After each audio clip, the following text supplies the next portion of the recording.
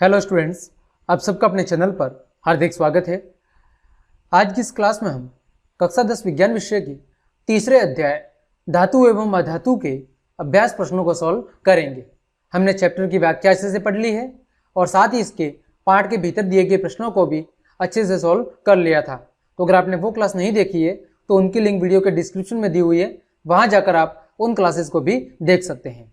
तो चलिए हम अभ्यास प्रश्नों को सॉल्व करना शुरू करते हैं। देखें, पहला प्रश्न दिया गया है, निम्न में से कौन सा युगल विस्थापन अभिक्रिया प्रदर्शित करता है। हमें यहाँ पर एक विलयन दिया हुआ है, एक धातु दिया हुआ है। इन दोनों का जो मिश्रण है वो बताना है कि इन चारों मिश्रण में से कौन सा मिश्रण या विलयन विस्थापन अभिक्रिया प्रदर्शित करेगा। पहला दिया हुआ है NaCl विलयन और कॉपर धातु, दूसरा है MgCl विलयन एवं एल्यूमिनियम धातु, तीसरा है FeSO4 यानी फेरस सल्फेट विलयन और सिल्वर धातु, और चौथा है AgNO3 यानी सिल्वर नाइट्रेट विलयन और कॉपर धातु। तो इसका जो सही आंसर हो जाएगा वो हो जाएगा AgNO3 विलयन एवं कॉपर धातु, क्योंकि यहाँ पर कॉपर सिल्वर की तुलना में अधिक क्रियाशील है। इस कारण ये सिल्वर को आसानी से इसके नाइट्रेट यौगिक से क्या करेगी, विस्थापित कर देगी और बनाएगी क्या, कॉपर नाइट्रेट, और सिल्वर क्या हो जाएगा, अलग हो जाएगा। तो इस प्रकार इसका सही आंसर हो जाएगा ऑप्शन डी। दूसरा प्रश्न है, लोहे के फ्राइंग पैन को जंग से बचाने के लिए निम्न में से कौन सी विधि उपयुक्त है। ठीक है, यानी लोहे की कोई पैन है, उसको अगर हमें जंग से बचाना है तो उसके लिए इनमें से सबसे उपयुक्त विधि कौन सी होगी। पहला है ग्रीज लगाकर, पेंट लगाकर, जिंक की परत चढ़ाकर, या ऊपर के सभी। तो हालांकि ये तीनों ऑप्शन सही है, लेकिन इसमें से सबसे जो बेस्ट है वो हमें बतानी है। देखो लिखा हुआ है कौन सी विधि सबसे उपयुक्त है। ठीक है, हालांकि तीनों का उपयोग किया जा सकता है, लेकिन जो सबसे बेस्ट है वो है जिंक की परत चढ़ाकर। आया समझ में। चलिए तीसरा प्रश्न है, कोई धातु ऑक्सीजन के साथ अभिक्रिया कर उच्च गलनांक वाला यौगिक निर्मित करती है। किसके साथ, ऑक्सीजन के साथ अभिक्रिया करके उच्च गलनांक वाला यौगिक बनाती है। यह यौगिक जल में विलय है। यह तत्व क्या हो सकता है, यानी वो धातु कौन सी हो सकती है, उसका नाम हमें बताना है। कैल्शियम, सिलिकॉन, कार्बन या लोहा। तो इसका आंसर हो जाएगा कैल्शियम। ठीक है, कैल्शियम ऑक्सीजन के साथ अभिक्रिया करके कैल्शियम ऑक्साइड बनाती है, और कैल्शियम ऑक्साइड एक उच्च गलनांक वाला यौगिक है जो जल में कैसा है, विलय है। अगला क्वेश्चन है, खाद्य पदार्थों के डिब्बों पर जिंक की बजाय टीन का लेप होता है, क्योंकि इसका कारण क्या है। टीन की अपेक्षा जिंक महंगा है, या टीन की अपेक्षा जिंक का गलनांक अधिक है, या टीन की अपेक्षा जिंक अधिक अभिक्रियाशील है। यह ऑप्शन सी है। और डी है, टीन की अपेक्षा जिंक कम क्रियाशील है। इसमें से कौन सा कारण है वो हमें बताना है। तो इसका आंसर हो जाएगा ऑप्शन सी, कि टीन की अपेक्षा जिंक क्या है, अधिक अभिक्रियाशील है। इसी कारण से जिंक की बजाय टीन का लेप किया जाता है। ठीक है, टीन की अपेक्षा जिंक क्या है, अधिक अभिक्रियाशील है। इस वजह से जिंक का उपयोग ना करके टीन का उपयोग किया जाता है। अगला क्वेश्चन है, आपको एक हथौड़ा, बैटरी, बल्ब, तार और स्विच दिया गया है। क्या क्या दिया हुआ है, एक हथौड़ा, एक बैटरी, एक बल्ब, एक तार और एक स्विच दिया गया है। ठीक है, ये हमारे पास टोटल 5 उपकरण दिए हुए हैं। इनका उपयोग करके बताना है धातुओं और अधातुओं के नमूनों के बीच आप विभेद कैसे कर सकते हैं। ठीक है, दूसरा प्रश्न है, धातुओं एवं अधातुओं में विभेदन के लिए इन परीक्षणों की उपयोगिताओं का आकलन कीजिए। ठीक है, इन उपकरणों का उपयोग करके हमें बताना है हम धातु और अधातु में कैसे अंतर पता कर सकते हैं, यानी कैसे पता कर सकते हैं कि कोई धातु है अथवा अधातु। और दूसरा बताना है कि जो हमने परीक्षण किया है उसकी उपयोगिता का हमें आकलन करके बताना है, क्या वास्तव में प्रयोग सही है या नहीं है, इसका हमें आकलन करके बताना है। तो देखें, हम हथौड़ों की मदद से और इन उपकरणों की मदद से धातु और अधातु में कैसे विभेद कर सकते हैं। तो हथौड़े की सहायता से धातुओं को पीटकर चादरों में बदला जा सकता है, इसीलिए इन्हें आघात वर्धनीय कहा जाता है, जबकि अधातुओं को पीटकर चादरों में नहीं बदला जा सकता। यानी हमारे पास जो पदार्थ दिए हुए हैं या जो तत्व यौगिक दिए हुए हैं उन पर हम हथेड़े से क्या करेंगे, जोर से प्रहार करेंगे। अगर वो क्या होता है, पतली चादर के रूप में परिवर्तित हो जाता है, इसका मतलब वो धातु है। और अगर चादर के रूप में नहीं बदल रहा, इसका मतलब वो क्या है, अधातु है। तो पहला प्रयोग हम ये कर सकते हैं। दूसरा, जब हम बैटरी, बल्ब, स्विच एवं तारों की सहायता से परिपथ जोड़ते हैं तो केवल धातुओं में विद्युत धारा क्या होती है, प्रवाहित होती है। तो अगर उसमें विद्युत धारा परिवर्तित हो रही है, ऐसी स्थिति में हम कहेंगे कि वो कौन सी पदार्थ है, वो धातु है। और अगर इस परिपथ में विद्युत धारा प्रवाहित नहीं हो रही है, इसका मतलब वो क्या है, अधातु है। तो इस प्रकार दूसरे प्रयोग में हम इस प्रकार करके धातु और अधातु में क्या कर सकते हैं, अंतर कर सकते हैं। जैसे आपके सामने चित्र भी दिया हुआ है कि यहाँ पर हम क्या करेंगे, उस टुकड़े को लगाएंगे। अगर वो धातु होगी तो ये बल्ब जल उठेगा, अगर अधातु होगी तो बल्ब में किसी भी प्रकार का कोई परिवर्तन नहीं होगा, यानी बल्ब नहीं जलेगा। तो इस प्रकार हम धातु और अधातु में क्या कर सकते हैं, विभेद कर सकते हैं। अब हमें इनकी उपयोगिता का आकलन करके बताना है। तो वो क्या है, देखो पहले प्रयोग से क्या पता चला कि आघात वर्धनीयता का जो गुण है वो केवल धातुओं में पाया जाता है, जबकि अधातु में यह गुण नहीं दिखता। तो इस प्रकार आघात वर्धनीयता के गुण के जरिए आप धातुओं और अधातुओं में आसानी से विभेद कर सकते हैं। और दूसरा प्रयोग से क्या पता चला कि अधातुएं विद्युत की चालक नहीं होती, जबकि जो धातु है वो विद्युत की क्या होती है, चालक होती है। इसका मतलब किसी पदार्थ के दोनों तारों को अगर स्विच से जोड़ दिया जाए और उसमें अगर विद्युत धारा प्रवाहित होने लग जाए, इसका मतलब वो धातु है। और अगर विद्युत धारा प्रवाहित नहीं हो रही है, इसका मतलब वो क्या है, अधातु है। आया समझ में? चलिए अगला प्रश्न देखें। उभयधर्मी ऑक्साइड क्या होते हैं? दो उभयधर्मी ऑक्साइडों का उदाहरण दीजिए। तो उभयधर्मी ऑक्साइड क्या होते हैं? ऐसे धातु ऑक्साइड जो अम्ल तथा क्षार दोनों से अभिक्रिया कर लवण और जल प्रदान करते हैं, उसे उभयधर्मी ऑक्साइड कहा जाता है। मतलब जो अम्ल और क्षार दोनों से अभिक्रिया करके क्या बनाते हैं, लवण और जल बनाते हैं, ऐसे धातु ऑक्साइडों को उभयधर्मी ऑक्साइड कहा जाता है। जैसे उदाहरण की बात करें तो एल्यूमिनियम ऑक्साइड और जिंक ऑक्साइड। देखो जब एल्यूमिनियम की अभिक्रिया, एल्यूमिनियम ऑक्साइड की अभिक्रिया हाइड्रोक्लोरिक अम्ल के साथ कराई जाती है तो एल्यूमिनियम क्लोराइड क्या बनता है, लवण और जल। ठीक है, और इसकी प्रकृति कैसी होती है, क्षारीय प्रकृति। वही एल्यूमिनियम ऑक्साइड की अभिक्रिया जब सोडियम हाइड्रोक्साइड जो कि क्षार है उसके साथ कराई जाती है तो क्या बनता है, तो सोडियम एल्यूमिनेट बनता है। और सोडियम एल्यूमिनेट जो कि लवण है और साथ में क्या बनता है, जल। और इस सोडियम एल्यूमिनेट की जो प्रकृति है वो कैसी होती है, अम्लीय प्रकृति होती है। आया समझ में? चलिए अगला प्रश्न। दो धातुओं के नाम बताइए जो तनु अम्ल से हाइड्रोजन को विस्थापित कर देंगे तथा दो धातुएं जो ऐसा नहीं कर सकती। यानी दो धातुएं तो ऐसी होनी चाहिए जो तनु अम्ल से हाइड्रोजन को विस्थापित कर देगी, और दो धातुएं ऐसी बतानी है जो तनु अम्ल से हाइड्रोजन को विस्थापित नहीं कर पाएगी। तो देखें, दो धातुएं जो तनु अम्ल से हाइड्रोजन को विस्थापित कर देगी वो है जिंक और एल्यूमिनियम। ठीक है, जबकि वे दो धातुएं जो तनु अम्ल से अभिक्रिया के परिणाम स्वरूप हाइड्रोजन को विस्थापित नहीं कर पाएगी वो होगी कॉपर और मरकरी। अगला प्रश्न देखें। किसी धातु M के विद्युत अपघटनी परिष्करण में आप एनोड कैथोड अपघट्य किसे बनाएंगे, ये हमें बताना है। तो इसकी चर्चा हमने चैप्टर के दौरान काफी अच्छे से की थी। देखें तो विद्युत अपघटनी शोधन में अशुद्ध धातु को हमेशा क्या बनाते हैं, हम एनोड बनाते हैं, और शुद्ध धातु की पतली परत को हम क्या बनाते हैं, कैथोड बनाते हैं। वही धातु M के लवण विलयन को हम क्या बनाएंगे, वैद्युत अपघट्य पदार्थ के रूप में यूज करेंगे। ठीक है, चलिए अगला प्रश्न। प्रत्यूष ने सल्फर चूर्ण को, किसको, सल्फर चूर्ण को स्पेचुला में लेकर उसे गर्म किया। चित्र के अनुसार एक परत नली को उल्टा करके उसने उत्सर्जित गैस को एकत्रित किया है। ठीक है, अब बोल रहा है गैस की क्रिया क्या होगी, यानी इस अभिक्रिया में जो गैस निकलेगी उसकी सूखे लिटमस पर क्या अभिक्रिया होगी और आर्द्र लिटमस पर क्या क्रिया होगी। साथ ही ऊपर की अभिक्रियाओं के लिए संतुलित रासायनिक समीकरण या अभिक्रिया भी लिखनी है।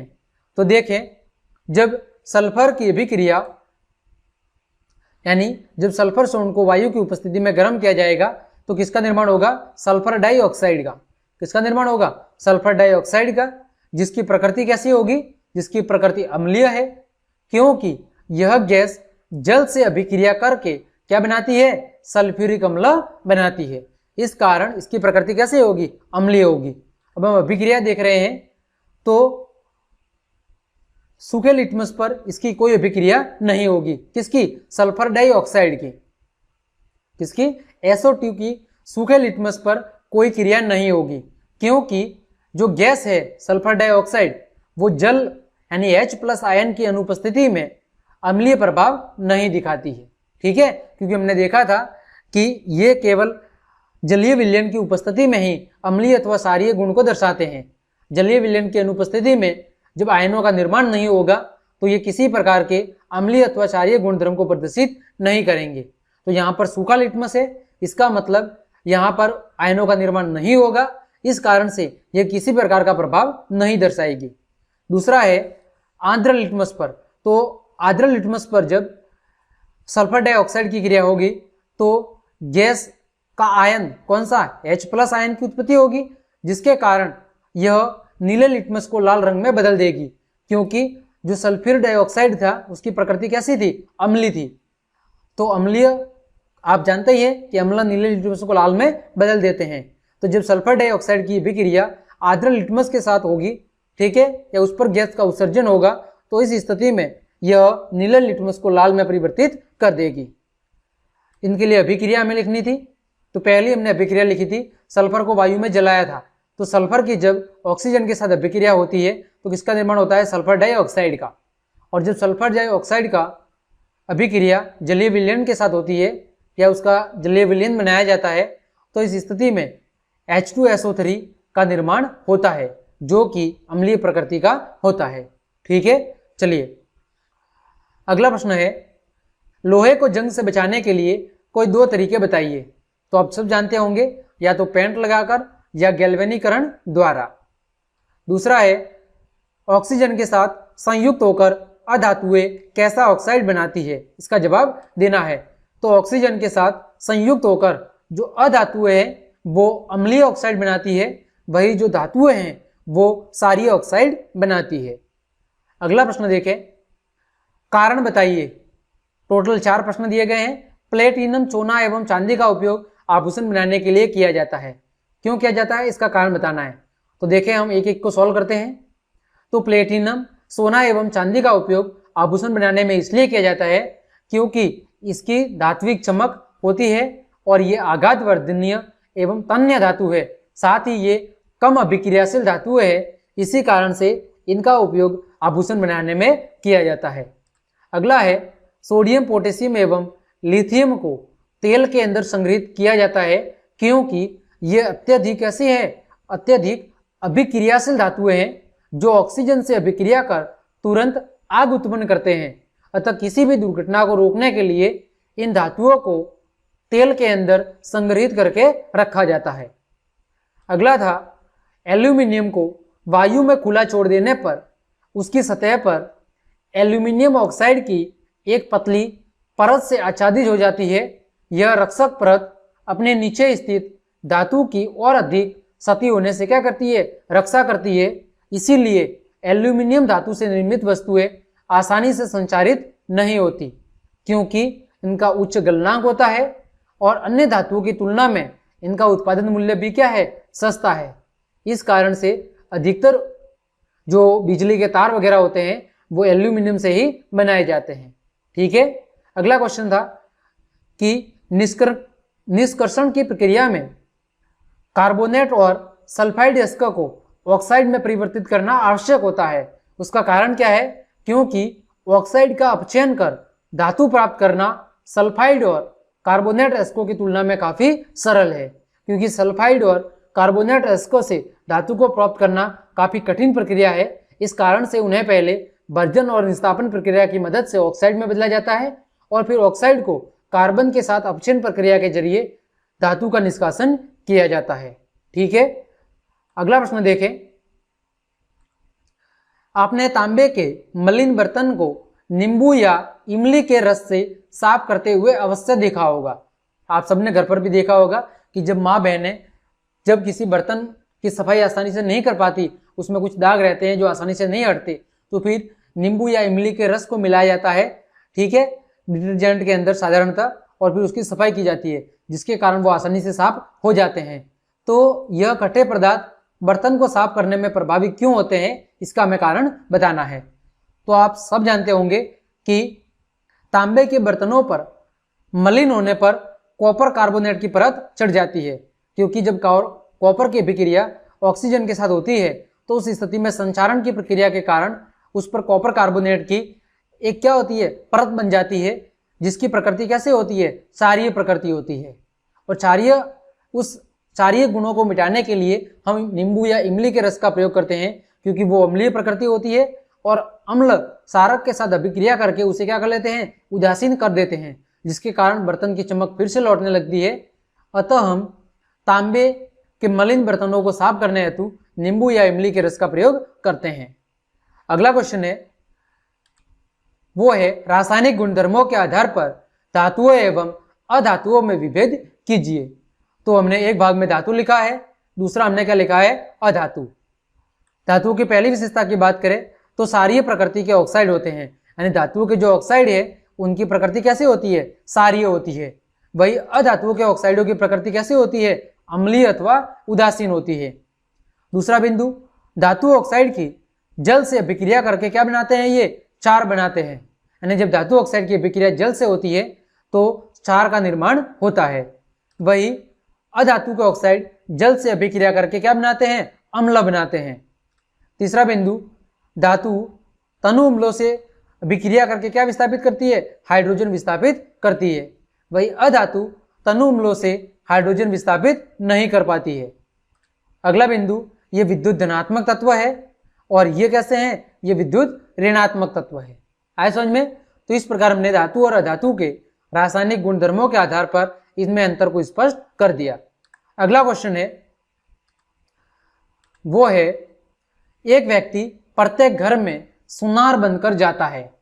उसने पुराने एवं मलिन सोने के आभूषणों में पहले जैसी चमक पैदा करने का ढोंग रचाया।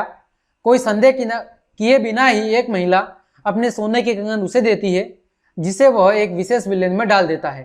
कंगन नए की तरह चमकने लगते हैं, लेकिन उनका वजन अत्यंत कम हो जाता है।